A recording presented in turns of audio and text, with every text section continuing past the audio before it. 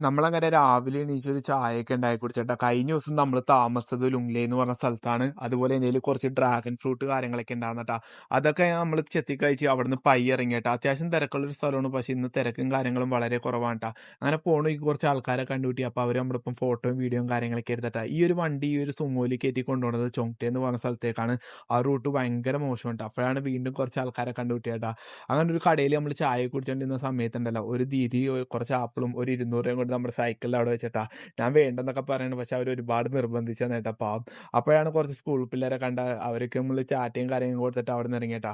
നമ്മൾ പോകണമെങ്കിൽ ഒരുപാട് ആൾക്കാർ നമ്മൾ ചായ കുടിക്കാണ്ട് ഇൻവൈറ്റ് ചെയ്തിട്ടാ. അങ്ങനെ ഇൻവൈറ്റ് ചെയ്തൊരു ദീദിയാണ് ഇത് പാവം. അങ്ങനെ അവരോടൊക്കെ യാത്ര പറഞ്ഞ് നമ്മൾ അവിടെ നിന്ന് ഇറങ്ങി.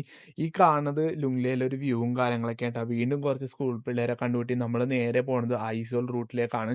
അത്യാവശ്യം കിലോമീറ്ററും കാര്യങ്ങളൊക്കെ ഉണ്ട് കേട്ടോ. അങ്ങനെ നമ്മൾ പോകണമെങ്കിൽ വീണ്ടും കുറച്ച് ആൾക്കാരെ ഒച്ചയിൽ വിളിച്ചേട്ടാ. ഇവർ ശരിക്കും അവിടെ പണിയെടുക്കുന്ന ആൾക്കാരാണ്.